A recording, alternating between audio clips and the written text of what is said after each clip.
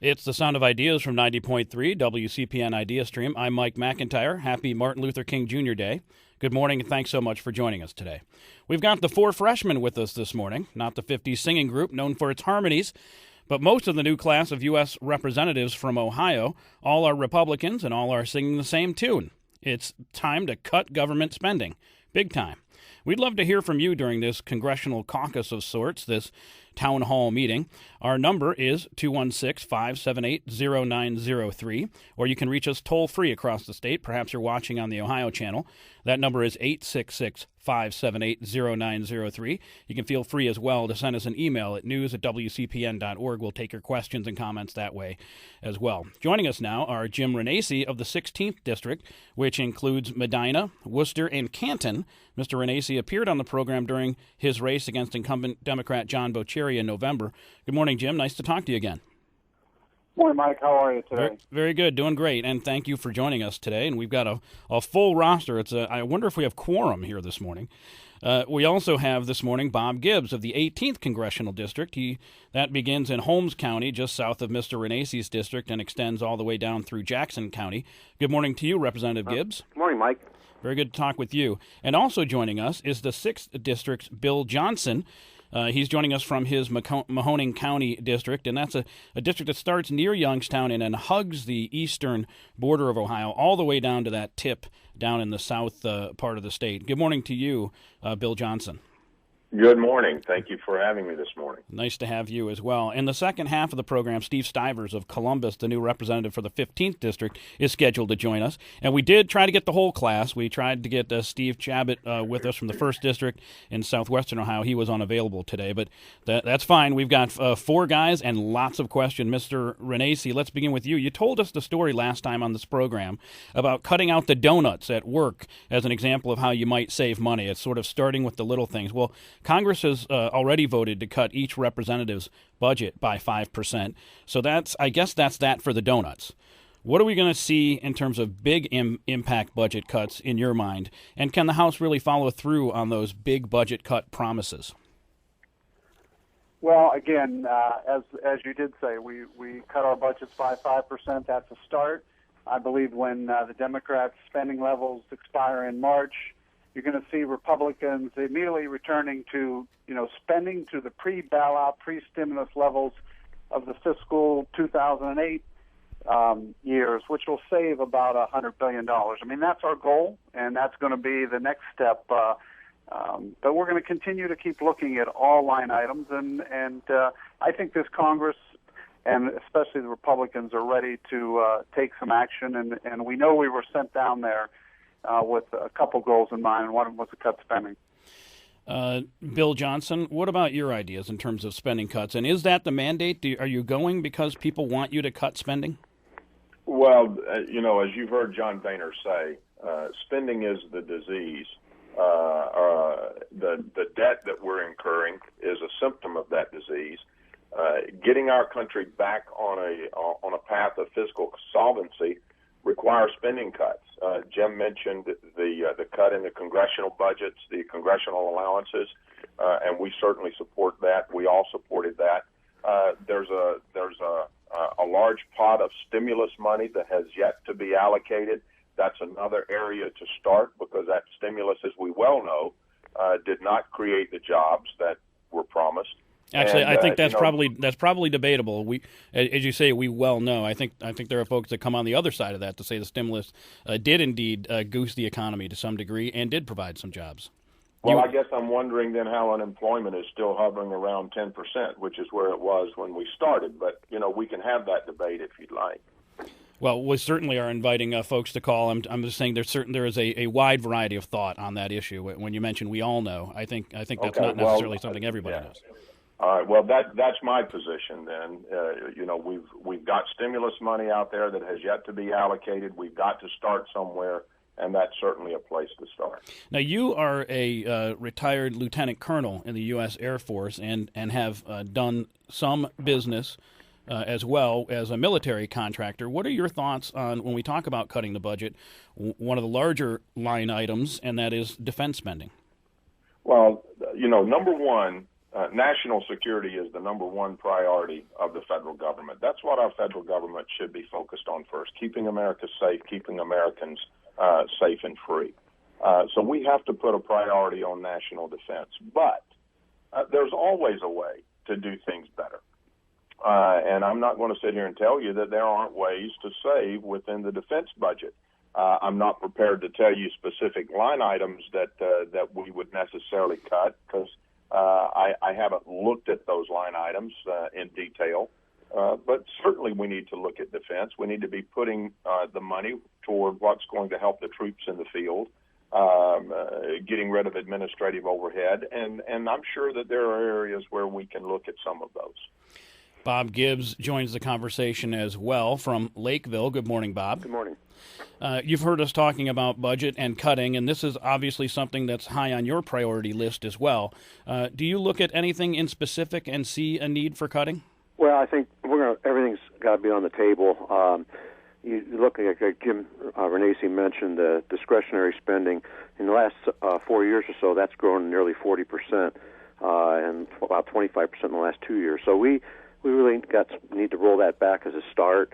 And I think the whole fiscal responsibility it's two-pronged. It's get our spending in under control, and then also send the right signals out to the private sector that the federal government is moving in a fiscal responsible way, and that will create some certainty. And we need to grow the economy too. We can't fix this problem just by cuts 100%. We definitely don't want to raise taxes. Don't read into that. But we need to grow the economy and get more people back to work, and that will bring more revenues into the government. But if we keep spending that additional revenue, it does come in, and don't have that fiscal restraint, then we're going to be in the same place we're in now.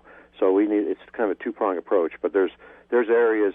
We just came back from a retreat here with the caucus and had some good speakers, and there's a lot of ideas out there in the private sector of areas that we can seriously look at where we can find more efficiencies and do a better job providing services to the people of the United States. Specific to your experience, you are the former president of the Ohio Farm Bureau and a person that has farmed himself. Hidden Hollow Farms is your business concern.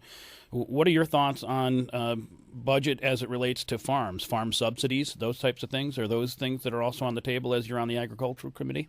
Everything's on it. As far as I'm concerned, everything's on the table because we are in such a fiscal mess now with the deficit and the debt that if we don't take substantial changes in how we budget and how we spend, we're head down a path that total disaster. So everything has to be on the table. When it comes to the farm program, that was created back after the Depression back in the 30s for food security, and there's some things we want to do to make sure that Americans have a safe food and wholesome and affordable food supply. But I think farmers in general want to get their income from the market, and in the last several years, more and more of that has been happening, and that's why it's so important to make sure that we have fair trade agreements so farmers can move our agricultural products overseas, where most of the Right. it's a huge market, and so there's lots of opportunities there. So there's some things we can do to help the agricultural sector, not just subsidize certain commodities. All right, our vote, the panel's vote is unanimous. We need to cut spending in America. It's been out of control, and it needs to be dealt with, and possibly in a harsh manner. Do you agree with that?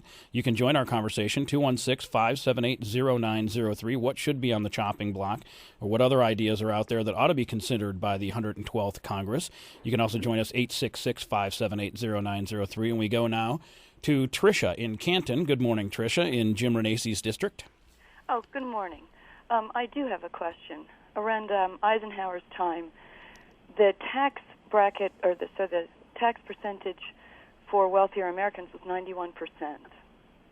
I don't understand why, or what's happened to the Republican Party that they keep going down the road of cutting spending, which most, or the large majority of social services really affect the poor and the middle class. So you want to cut spending, but you don't want to raise taxes. I hear this all the time. I don't mind paying taxes. an extra $500 a year wouldn't hurt me much, and I don't make much money, but it would pay for so much you can't believe it, including health care that's universally provided in a fair and equal manner. But instead, every Republican I hear keeps talking about, we can't raise taxes. We just can't. Look, I don't give you my money. You get my money to spend it for me, right? That's what the taxes are for. And so it seems to me that the Republican Party has now become a party for only the rich. Jim Renacci, this is your district, and you have said we can't raise taxes. It's something that can't be on the table. What is your response to Tricia? Well, it's interesting, and I appreciate Tricia's comments, but deficits aren't built based on taxes. Deficits are built by people spending more than they're bringing in. And we really need to look at whether it's a family budget, a business budget, or even our federal government, our state government, or our city governments. We cannot spend more than we bring in. And the problem is the answer cannot be raising taxes. The government has to learn to live within its means. And I always go back to a business approach who provides services. If a business was losing money and the first thing they said was, well, you know what we're going to do? We're just going to raise our price of whatever product we're selling, we'd be out of business. The problem with the federal government is we just keep spending. And whether it's a family budget, a business budget, we have to start looking at the dollars that are coming in, and we have to be able to spend them more wisely. Bill, we are Go ahead, I'm sorry. I'm saying we are spending dollars that we don't have, and we can become more efficient. And she made the comment about health care. We got to remember that Republicans do believe that health care needs to be available for everyone. The problem is they don't believe in the health care plan that was passed. They believe that it did not take care of costs. Costs are skyrocketing, and we got to do something about that. And we're going to talk about health care a little bit later on in this program as well. Bill Johnson, what is wrong with deficit spending, running the government on a deficit? Clearly, the federal debt went up greatly under George W. Bush. Is there, in your mind, is this a looming problem for America, and it needs to get under control, or can we spend in a deficit way and get ourselves out of this hole? Well, no, we can't. Just like Jim said, a business. If you take a business approach to this, we can't spend or borrow our way out of debt. That is a flawed strategy. From George Washington to George W. Bush, we accumulated about a $9 trillion national debt. When you look at what's been accumulated, we're hovering right around $14 trillion today. In the first 2 years of this administration, we've increased over $3 trillion in national debt. Back to Tricia's comments, one thing that we have to help Americans understand is that when you let people keep more of their hard-earned money, it creates an economic confidence. People spend, people invest. When you can save money on things that you have to have, you can spend money on things that you want to have. And we are all trying, and I can tell you that there's a great concern in the Republican Congress to help the middle class. But we cannot punish the job creators in the process.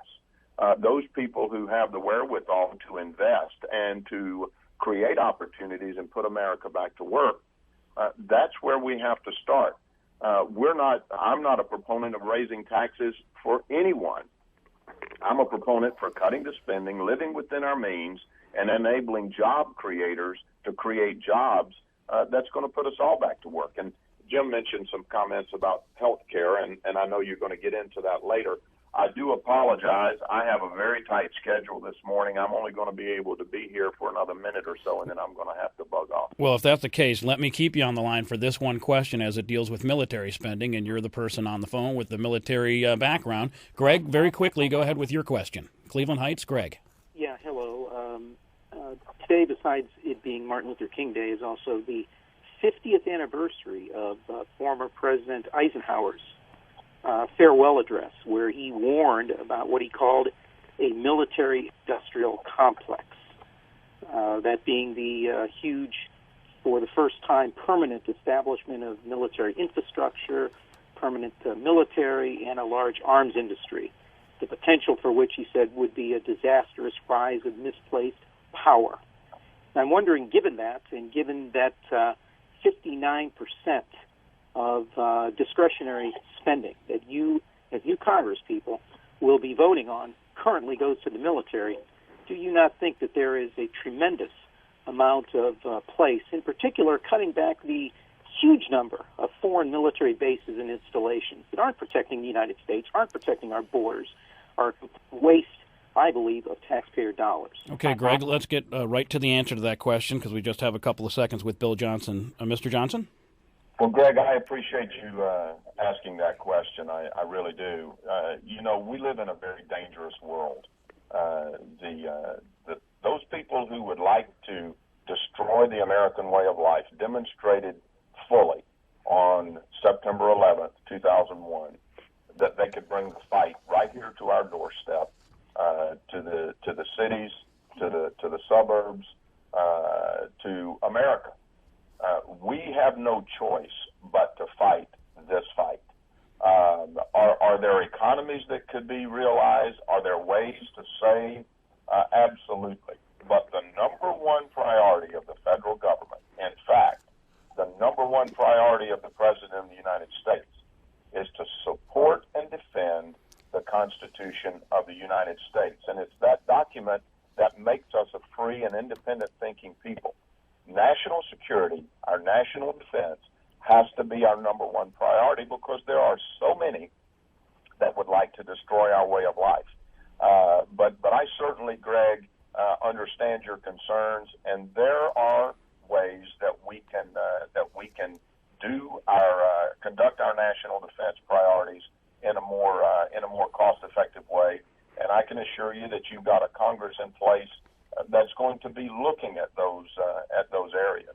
Thank you very much, Representative Bill Johnson, and we hope to have you on the program again sometime soon when you'll have a little more time to speak with us from the 6th District. Thank you so much for being with us today.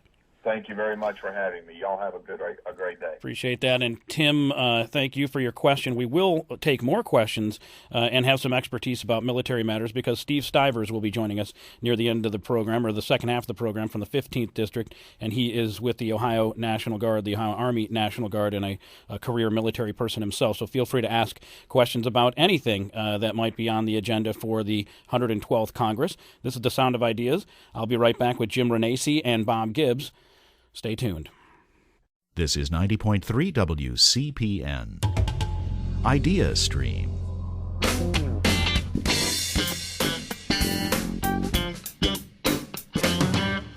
And welcome back to The Sound of Ideas. I'm Mike McIntyre. It's 90.3 FM, and the time of day now is 9:26 in the morning.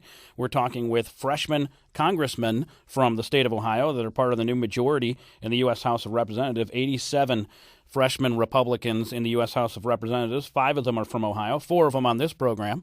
And we have Jim Renacci with us, as well as Bob Gibbs. And we'll be joined a little bit later in the program by Steve Stivers. We'd love to hear your questions this morning. And we're going to go to the phones. By the way, to join the conversation, feel free to give us a call. It's 216-578-0903 across the state or anywhere, really. The number is 866-578-0903. And you can send us an email. It's news@wcpn.org. We go to Tim in Macedonia. Good morning, Tim. Yes, good morning. How you doing? Very good. What's on your mind? I have 2 questions. I'll be brief. My first question is, I hear a lot about, especially with Republicans, it's cutting taxes. But no one says what programs that they would like to cut to bring the economy back around. You never hear that. All you hear is just cutting taxes. Any ideas on that? And my second question is, in light of the recent incident that happened over in Tucson, I hear Congress people wish to now be a protected class. They want to put barriers up between them and the people, and we live in an open society, and they have to have their doors open to their constituents. I'd like to hear the comment on that. Thank you very much. Thank you very much for the question, Tim. Let's go to Bob Gibbs. Bob, let's take the second part first, and that is clearly this tragedy that occurred in Tucson, and one of your fellow representatives is I hear is doing better. According to the last news report, her condition was upgraded. Gabrielle Gifford's condition was upgraded. What a tragedy that occurred there. Some people were using it as a political launching point, talking about the discourse that we have, the political discourse in this country. Some criticism about that discussion even. What are your thoughts in regards to protection for Congresspeople and the whole debate, really, that this has spawned about the political discourse in the country? Well, first of all, there's senseless violence we cannot tolerate, and we cannot let barriers be erected that keep people from being able to communicate to the representatives. That's part of our democracy, and that's how our system works, and we're going to do everything possible to keep that open process. And I'm scheduling 3 town hall meetings in my district for the first week of February, and we'll try to do some measures to make sure that the people that attend those town hall meetings can feel safe and secure. And but there's some things we can do just by being more aware. Take a few things, a few actions, some prudent actions. But I think this was a lone wolf, an isolated incident, and it's very unfortunate. And justice will be served. I'm confident of that, and the full extent of the law should be, towards the shooter. But, let me bring that question then to Jim Renacci. Jim, you just recently had a town hall meeting, a very active and sprightly meeting. So you'll continue to do that. I wonder what your thoughts are on the idea that, yes, this is a person who is obviously a disturbed individual who is up for charges on this and who have committed this crime. But should it spawn a debate about how we interact with each other politically, even if this particular incident wasn't caused by it? Should we be talking about how we're dealing with each other? Well, again, as a representative, it's our job to interact with our constituents. We'll need to continue the process of being accessible to the American people. This shooting was not about political rhetoric. It was about someone with mental illness. And, what happened in Arizona was an isolated incident with a disturbed individual. We need to continue to represent our people. We're going to need to continue to be in front of our people and listening. I did have a town hall meeting last Monday. There were approximately 200 people there. It was a great event. I heard from everyone, and I already plan on having another one in 30 days and probably another one in 30 days after that, because I believe that one of the things the American people have said is they want to be able to talk to us, and we need to be able to listen to them. Is there too much strident political rhetoric going on today, or independent of this particular incident? Is there a better way to communicate with each other? Do you think people are going a little overboard in terms of personal attacks and those sorts of things, Jim?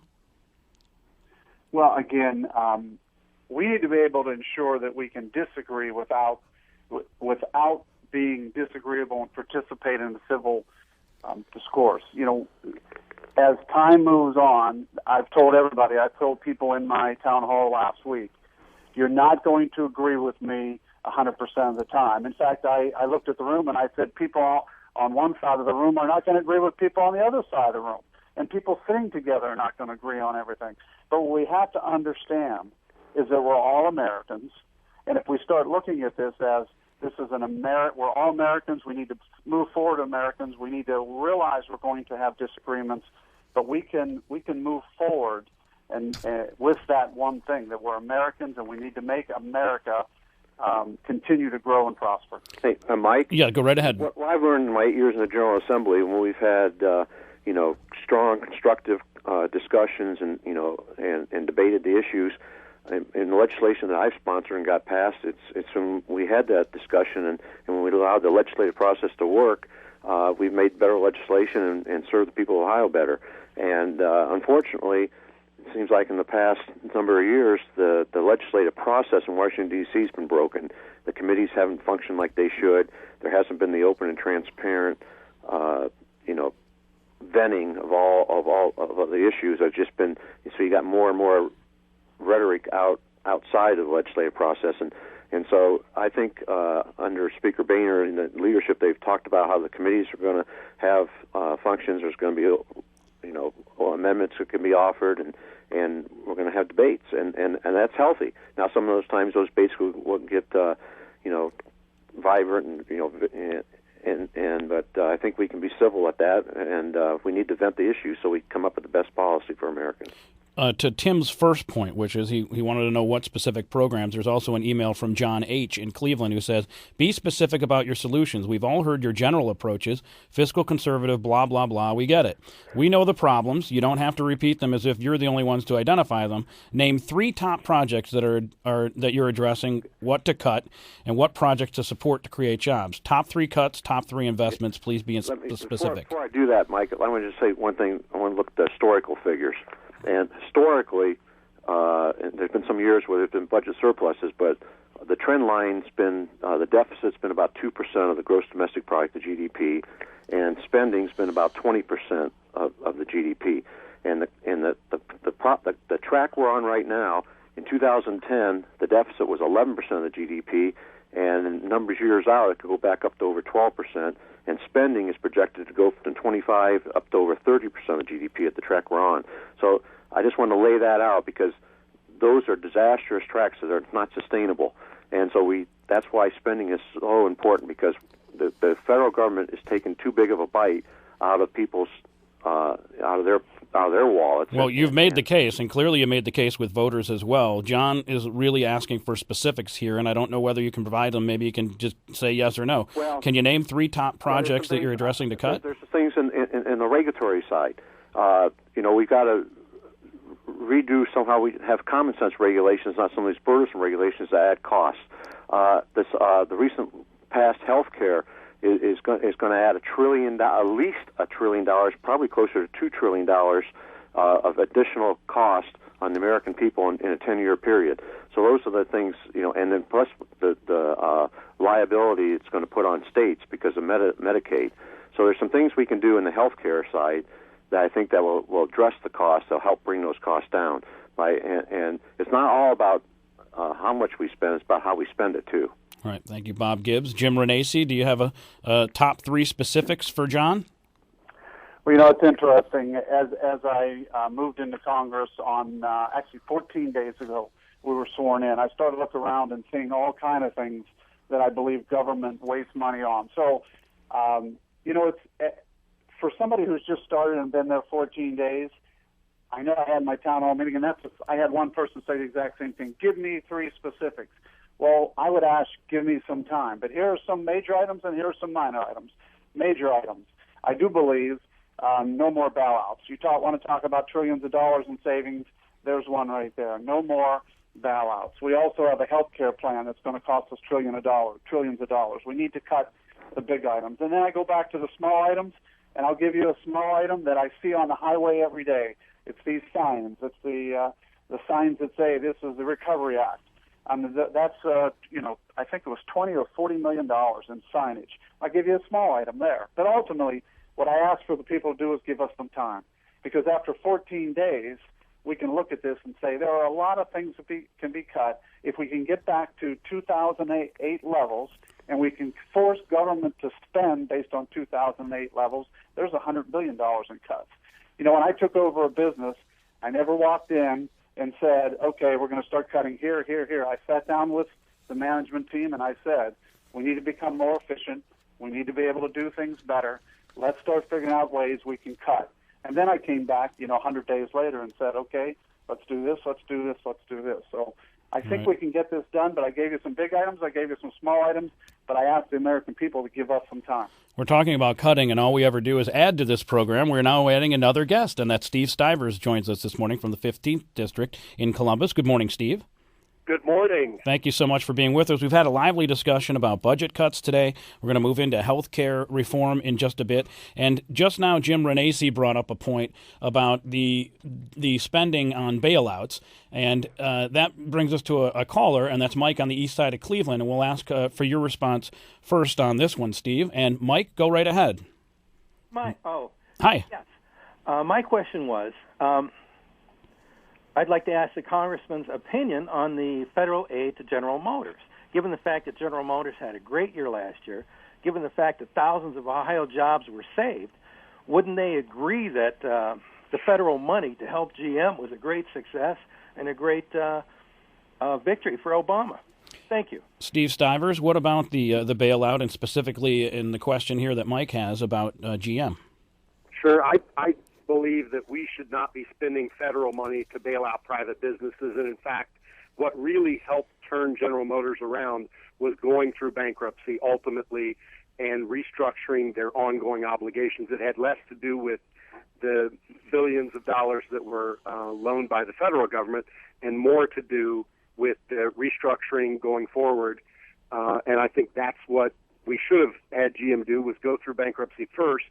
One of the problems I have with the way that Congress passed the bailout and allowed the TARP money to be used for Motors is they ensured that instead of going through regular bankruptcy, that they went through a bankruptcy process that no company in this country has ever done, and it resulted in thousands of elderly bondholders losing their life savings.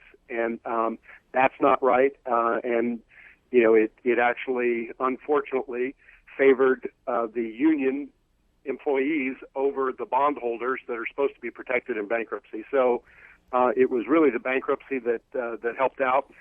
Clearly, General Motors had some cash flow needs, but I don't think it's the government's responsibility to bail out private businesses, and I think it's a really slippery slope because it's really unfair to, for example, Ford, that has thousands of Ohio jobs, that General Motors was bailed out with taxpayer money, and Ford obviously tried to figured out how to restructure their operation. Well, Ford had the opportunity. It's about competition. Ford had the opportunity as well to participate in that, and did not go that route. But I wonder, there are many that argue that the stimulus plan worked. When they look around, they say that this government bailout did work, and that's one of the reasons government is there, is to step in those types of situations. You are obviously philosophically opposed to that, but when you look at the numbers as a result as well, do you say that it was a failed effort?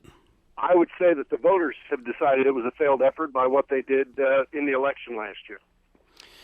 Jim Renacci, you're the car dealer. Yeah, I was going to add, failure and success, I guess, will be determined over the years. I'm not sure that we can determine 1 year later that General Motors is successful. I mean, my concern is dealerships were lost, jobs were lost. I had a dealership which employed 45 people. It's gone now. It's gone because of the federal bailout of General Motors. I can tell you today that dealership would have still been alive. It still would have been working. I still would have had 45 employees there. So I can give you examples of where the bailout was a horrible thing for the American people. But I also will tell you that the capitalized value of the company, of General Motors right now, you know, if you really want to look at details and whether it was successful or not, I think we have to wait. We have to see. I think for the company to pay back everything it owes, it would have to sell its shares. I read something at $143 a share. Don't quote me on that. That came out of a reading I did, where the highest value of General Motors share ever was 43, 44, 46, whatever the dollars were. So I think success will come.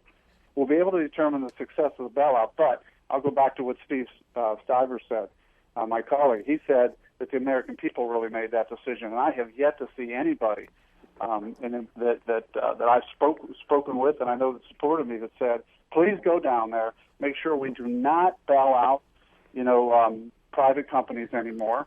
And I think they've spoken, and they sent 87 new people into Congress because of that one issue. That was one of the issues. We're going to talk about one of the other issues when we come back from this break, and that is health care reform. A Republican majority in the U.S. House of Representatives has vowed to repeal health care reform. That vote was scheduled to happen recently. It was delayed because of the tragedy in Arizona, but it's on the agenda upcoming. And we'll talk about why that's even being talked about now, given that there's a majority in the Senate of Democrats and obviously President Obama, who would be ready with the veto. But what is the purpose of repealing the health care reform? We'll talk about that when we come back from the break, and we'll take your calls. This is The Sound of Ideas. I'm Mike McIntyre. We'll be right back.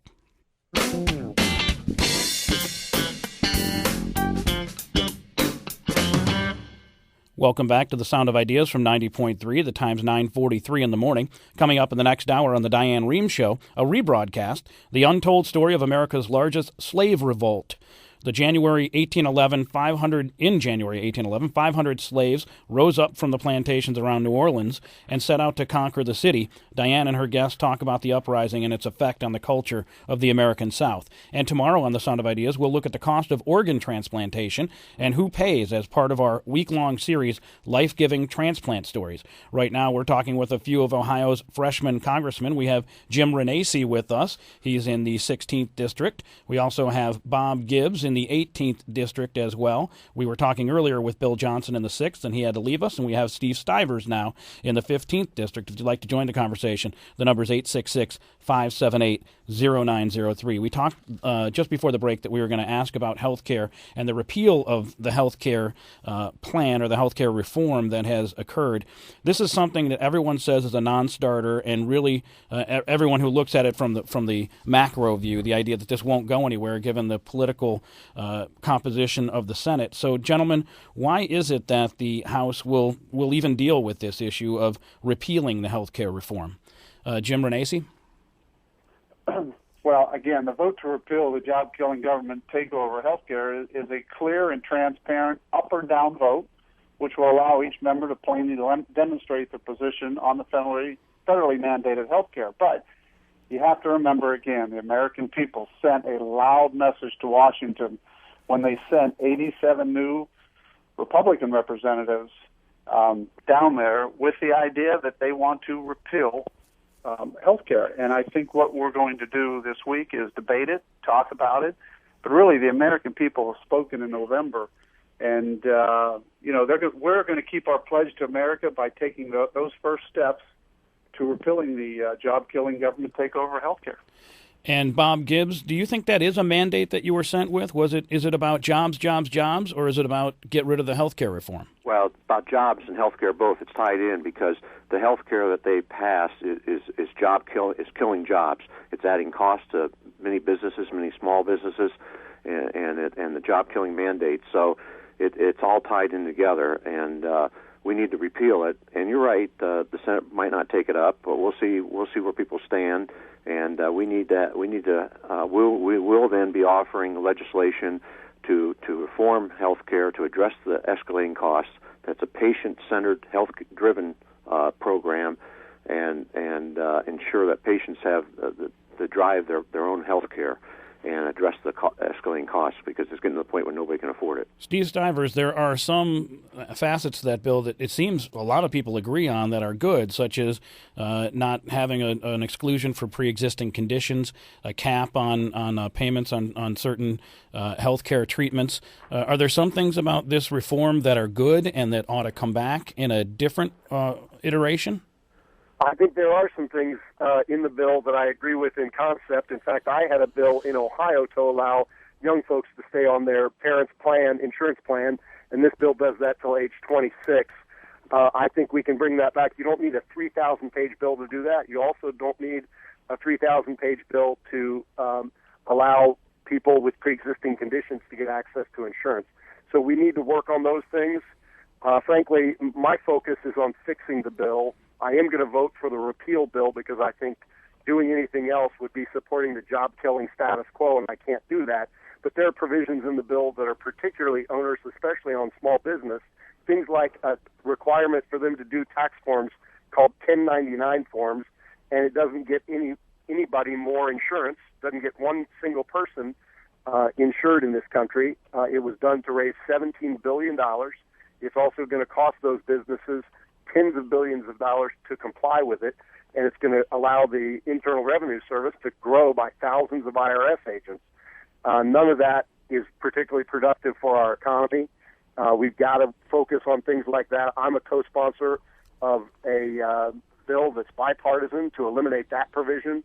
We also need to eliminate some other provisions. So after this repeal bill, that's obviously a first step, we need to get focused on fixing the bill. And things like that 1099 provision are things we've got to focus on so that we can deal with jobs. Chuck in Medina has a healthcare-related question. Good morning, Chuck. Good morning. My question is for Jim and Bob. I I'm a small businessman in Medina County. I sold the business 2 years ago. I had it for 17 years. My wife ended up with breast cancer. She's fine now. It's been 25 years now since she originally got cancer, and she had a double mastectomy. But no one would insure us, and when we finally did get someone, it would cover virtually nothing, and it was so expensive we couldn't afford it. Are you folks willing to stop getting the health care yourselves if you were to repeal this until people like myself could get health insurance? Jim Renacci, the question was directed at you first. I'm not sure what the question was, but I will tell you this. Well, he wants to know, I'll tell you, he wants to know, would you be willing to give up your own personal health care plan until there is a plan in place so that folks who are difficult to insure, who have had pre-existing conditions, get their insurance as well? Would you give up yours until they get theirs? That was his question. Yeah, I'm not sure what giving up my health care. I mean, I've been a business owner for almost 30 years. I've had health insurance for almost 30 years. I've had to, contribute to it or pay for it through my employer, but it's always been an employer-sponsored plan. But I am in agreement in a lot of ways that there are some things in the plan that were good. I said that in my campaign. I believe the pre-existing condition issue is an issue we need to look at. I believe the caps on individual expenditures we need to look at and incorporate in a new plan and a new reform plan. I just think we also need to look at an overall plan that takes care of costs. Right now, this current health care bill is a job-killing bill. It is raising premiums all over my district. I mean, I've had companies tell me 68%, 62%, 43%.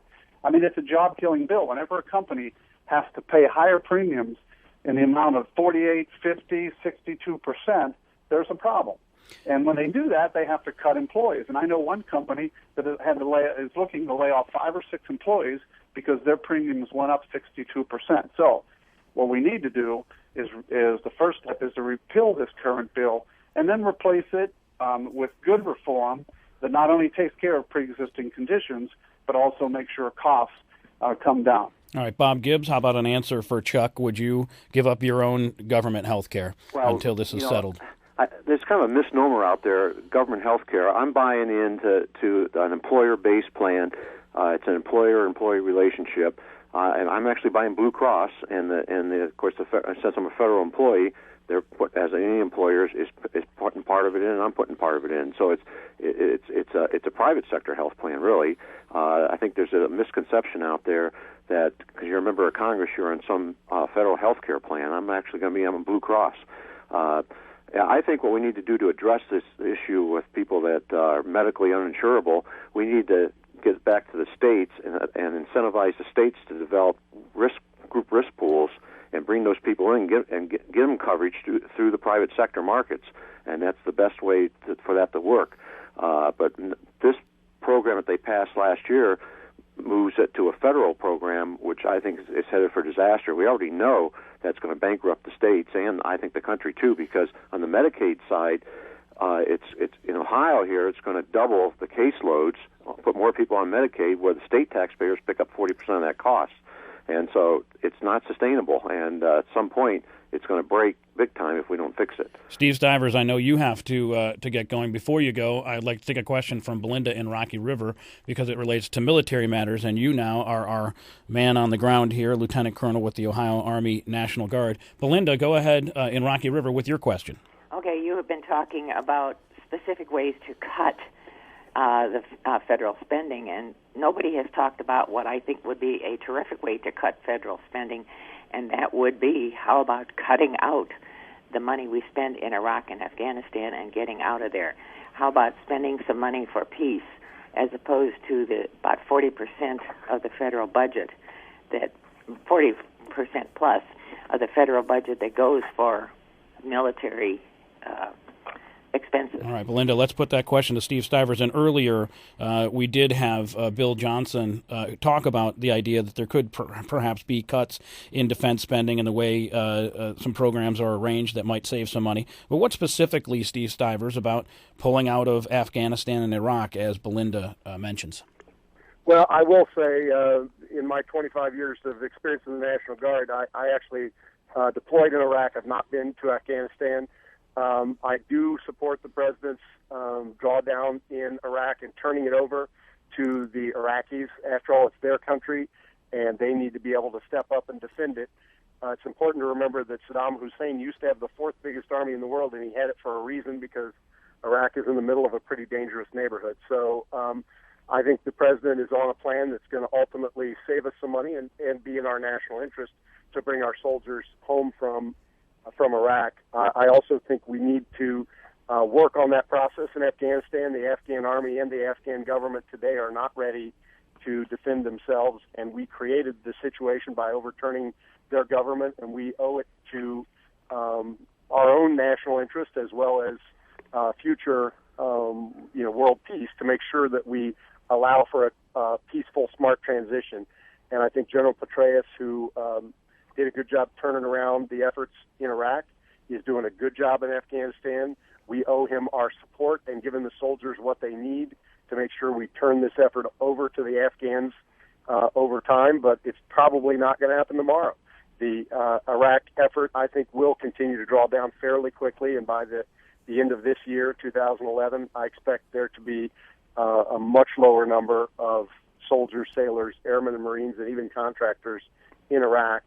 And but I think that the timing in Afghanistan will take a little longer. But obviously, we all want to ultimately move to a point where we don't have our servicemen and women deployed in harm's way. But again, it would be foolish to leave too quickly and have to go back. I think we need to do it right. Can you envision a scenario where the defense budget is cut in any significant way to save money in the overall budget? Well, I think there's some waste, fraud, and abuse in the military's budget inside the Department of Defense, and that will be the first thing we'll look at. And then obviously we need to give our service members what they need to complete their missions where they're deployed. But as there's a drawdown in Iraq, there will be savings there. And again, over the next few years, as we draw down in Afghanistan, there'll be savings there. So obviously we all look forward to a time when we don't have our servicemen and women deployed in harm's way. Thank you very much, Representative Steve Stivers of the 15th District, calling us from Columbus. I appreciate your joining the program this morning. Thank you, and I've got to go, but I really appreciate the opportunity to be on, and I also want to let your listeners know that obviously today is Martin Luther King Day, and we all honor the legacy that Dr. Martin Luther King left on our country. Thank you very much for being with us this morning. And you have to go. We also have to go. The program is near its end now, and I'd like to thank Jim Renacci for being with us this morning for a second time. Appreciate you having you here, and hopefully we'll get you on sometime soon to continue talking. You're going to continue with your town halls and as well as being accessible here through the media as well. Thanks, Jim Renacci, for being here today. Thank you, Mike. I appreciate the opportunity, and I, too, want to honor the legacy of Martin Luther King today, too. So I appreciate being there, and I appreciate, your listeners. Very good. Thank you. And Bob Gibbs, thank you as well for being with us this morning from the 18th District, Holmes County, all the way down to Jackson County. Very big district. Thanks so much for being with us today, Bob. Glad to be here, and also appreciate Martin Luther King Day. Very good. Thank you for being with us this morning. And by the way, we talked about a whole lot of things today, including health care, and we could have done an entire hour on that, as we always can. If you'd like more information, hear a little bit more robust debate as well on the health care issue, you can join us Wednesday at 7 on 90.3, Wednesday at 7 p.m. for an intelligence squared debate on repealing health care reform. That will occur again Wednesday at 7 p.m. Make sure to mark that on your calendars if you're interested in that particular issue. If you'd like to get the last word on today's topic, the many topics we had, there are many ways that you can do that. You can leave a comment on our website, wcpn.org/SOI is the address. You can call us at 216-916-6397. That's 916-NEWS. And you can write to us online, news@wcpn.org. We're also on Twitter and at Sound of Ideas, and we're on Facebook. On Friday's Reporters Roundtable, we talked about the lack of diversity among Governor Kasich's cabinet picks. Some listeners said the reason his cabinet does not reflect more diversity is because very few African Americans and Hispanics belong to the Republican Party. But we received this email from Wendy about gender diversity in the cabinet. One glaring omission is the number of women. You can't say there's not a big enough pool since half the state is women, and many of them Republican, who voted and worked for John Kasich. Again, to get the last word, write to us online, news@wcpn.org.